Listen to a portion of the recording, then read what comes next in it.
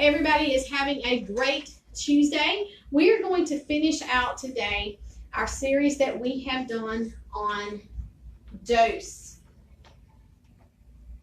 And we're talking specifically how it relates to kids, obviously.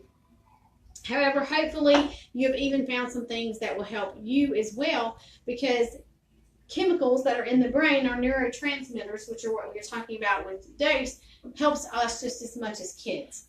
So our D was for dopamine. We're also going to test my spelling skills, I guess, today. Our O was for oxytocin. S, serotonin. Okay, I know I write absolutely horrible.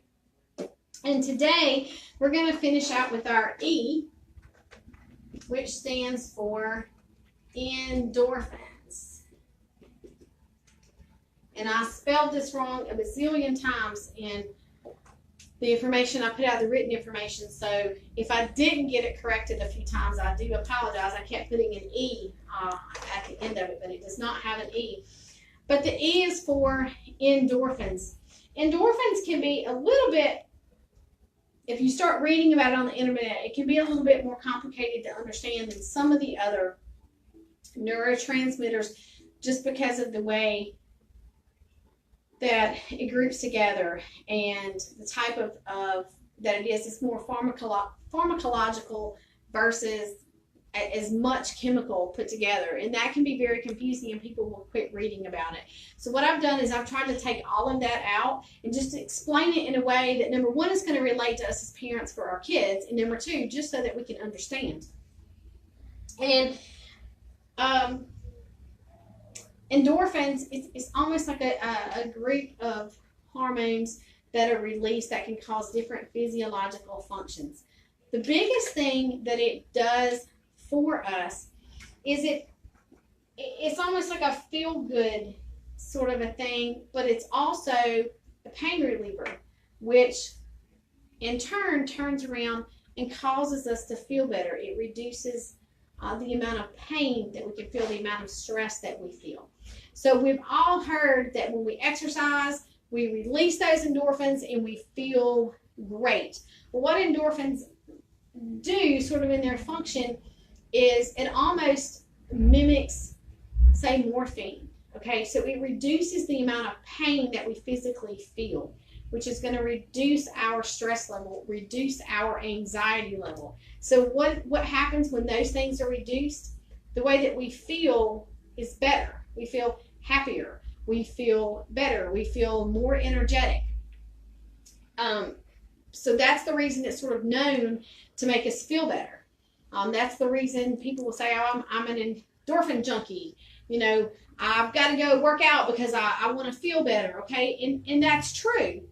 But we need to think about what's happening there, so that if we don't want to go to the gym 7 days a week for an hour and a half a day, and we don't want to have to drag our kids kicking and screaming to that, what are other things we can do in order to balance out our lives with the amount of endorphins that we are producing and that we are purposely trying to create in our lives to make us happier, to make our kids happier, to make our kids have better social skills, to make them want to participate in things more? Well, there's a few things we can do. Okay, one obviously is exercise. Exercise does increase the amount of endorphins that we are releasing. Why does it do that when we exercise? Well, we stress our bodies when we exercise. So we're causing an amount of stress to a certain amount of our body, depending on what type of exercise that we do. So those endorphins are released so that we reduce the pain that we feel. That's how athletes can get through, you know, a football game with, you know, pulled muscles and half-torn ligaments and injured shoulders and all these things. That's how, you know, any kind of athlete, tennis, swimming, with injuries they can push through. It's from the endorphins that are released that reduces the pain. But when we reduce the pain and we continue going on, those endorphins come out, we've reduced the anxiety. Again, it's going to increase our happiness. It's going to increase the good mood. It's almost like a mood stabilizer or a mood increaser, sort of a chemical, and that's what we want to do. But exercise can be anything that causes that stress to the body. Well, what causes the stress to the body? It can be walking, because we're going out and we're walking and we're sort of moving our little hands and we're going on. And sometimes we're listening to the kids complain as we're walking. But if they're walking with us, we're doing something with our child. It could be swimming. It could be yoga. It could be dancing. It could be, going to the gym. It could be a martial arts class. It could be a dance class. It could be skating lessons. Soccer games. It could be anything like that. So we also have the opportunity to do things with our kids with that. Let's just say that our child takes some sort of extracurricular activity. Again, doesn't matter what it is, soccer, basketball, martial arts, dance. We can do things to practice with our child when we get home, just to sort of keep those endorphins up, make home life a little happier. Just get out there and do some things with them. All right, so I guess we've honed in on exercise just a little bit, and sometimes you sort of get tuned out when you talk too much about exercise. That's the reason I wanted to bring out exercise can be a variety of different things. It's not just going to the gym. But there are lots of other ways that we can naturally increase the amount of endorphins that we have. One is eating chocolate. Okay, so cocoa has a compound that's released that, again, it reduces the amount of stress, which is going to increase the happiness that we feel, and it just creates more pleasure in a way, because we're feeling a little more relaxed. So that is another positive for eating chocolate. We've heard lots of good things about it. There are lots of good health benefits to some of the types of chocolate. So sometimes maybe eating a little bit of chocolate on the way to school in the car is not a horrible thing. We don't want too much of it, but maybe just a little tiny piece sometimes won't really hurt that much. Laughing. We've all heard of the belly laugh, so we're going to laugh till it hurts. Okay, we do release a lot of endorphins when we laugh. So yes, go ahead, laugh until it hurts, laugh until you cry. The more we laugh, the happier we are, the better that we feel. Making music. So to participate in making music. And we're not all, great musicians, but you can turn on the radio, you can tap your toes, you can hum, you can sing along at the top of your lungs, you can clap your hands. Well, hello, Sugar. So this is our little Doshane dog here. This is Sugar. She comes with us a lot of times now. So you can do those things. So I know as a parent, I'm constantly saying it. I just remembered that I did this probably just this morning as well. I'm like, turn that music down. You are driving me crazy with that music.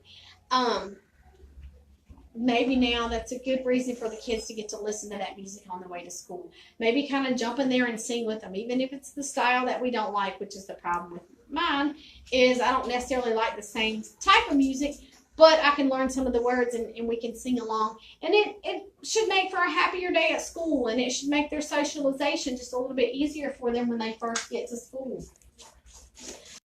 Group fitness. So studies have shown that more endorphins are released if we are in a group fitness class.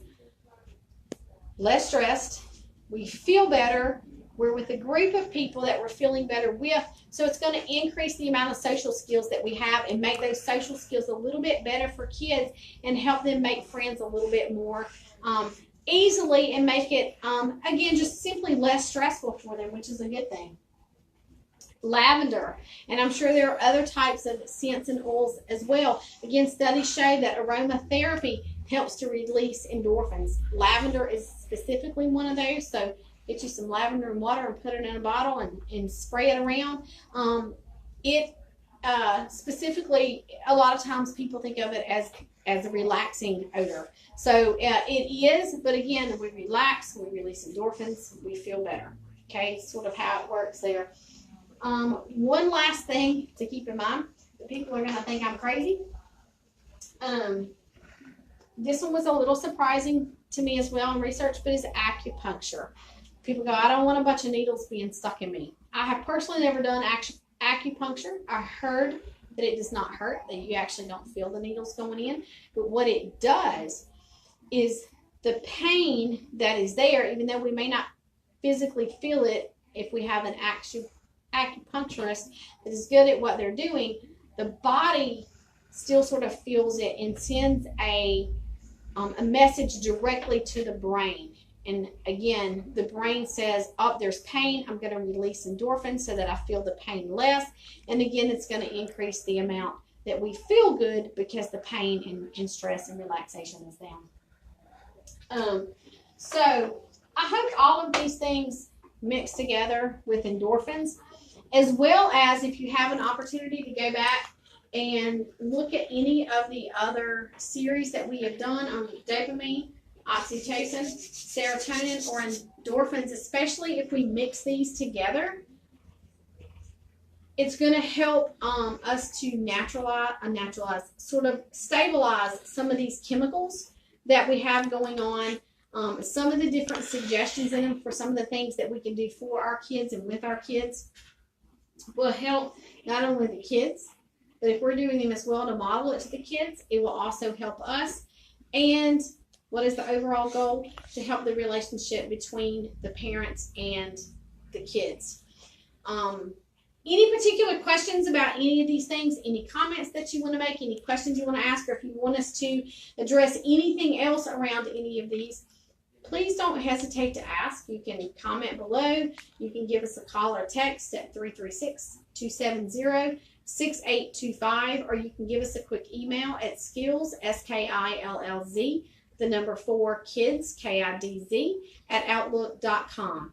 And next week, we will be discussing the behaviors that happen sometimes when you have a newborn that comes into the house and there's already an older child in the house. We had a parent that come in last week, was asking a lot of questions, and they were dealing with some difficulties.